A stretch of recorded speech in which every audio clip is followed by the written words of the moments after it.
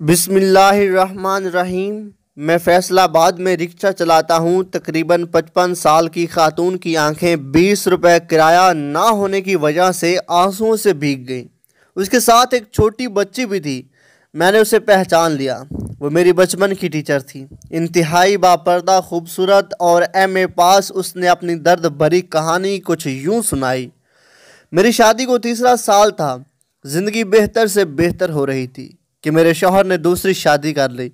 میں نے پہاڑ سر پر اٹھا لیا۔ مجھے لگا کہ میرے حق پر ڈاکہ ڈالا گیا۔ میرے میاں نے بہت سمجھایا کہ اس لڑکی کا رزق بھی اللہ ہمیں دے گا اور وہ آسانی سے ایڈجسٹ ہو جائے گی۔ لڑکی بہت مجبور اور لاوارث ہے، مگر میں نے ایک نہ سنی اور میں نے اسے طلاق دلوا کر ہی چھوڑا۔ ٹھیک 3 مہینے بعد میرا خاوند ایکسیڈنٹ میں فوت ہو گیا اور میری دنیا اجڑ گئی۔ میری گود میں ایک بچی تھی، اسے لے کر کے اپنے والدین کے گھر آ گئی۔ زندگی میں مجھے اپنی غلطی کا احساس ہو چکا تھا کہ میں نے جان بوجھ کر کے اپنی سوتن کو طلاق دلوائی تھی۔ اب میں اپنی اس بہن سے زیادہ مجبور تھی اور نکاح کی خواہش بھی دل میں تھی، لیکن کوئی بھی معیاری رشتہ نہیں مل رہا تھا۔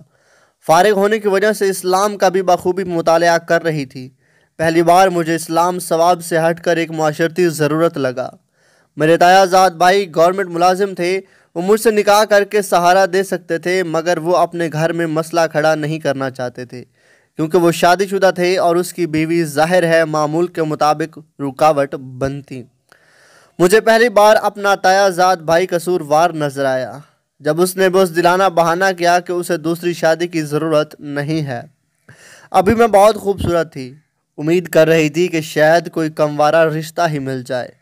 ایک تہجد گزار مجھ سے کچھ سال بڑے کزن نے مجھ سے نکاح کی حامی بھری، مگر اس کی والدہ نے مجھ پر بیوگی کے جیسا جرم تھوپ دیا۔ میں سوچتی تھی کہ بیوہ ہونے میں میرا کیا قصور ہے۔ گھر میں میرے دل سے پہلی مرتبہ اس معاشرے کی بربادی کے لیے بد دعائیں نکل رہی تھیں کہ میں معاشرے کو کیسے سمجھاؤں کہ ایک سے زیادہ نکاح مرد کی نہیں، عورت کی ضرورت ہے۔ میں بہت پریشان تھی۔ میری عمر بھی اب 40 سال ہو گئی تھی، ابھی بھی نکاح کی خواہش تھی۔ میرے محلے میں ایک تاجر نے بیواؤں کے لیے ماہانہ راشن کا بندوبست کیا ہوا تھا۔ اس نے میرا نام بھی لکھ لیا اور میرے گھر راشن بھیجنا شروع کیا۔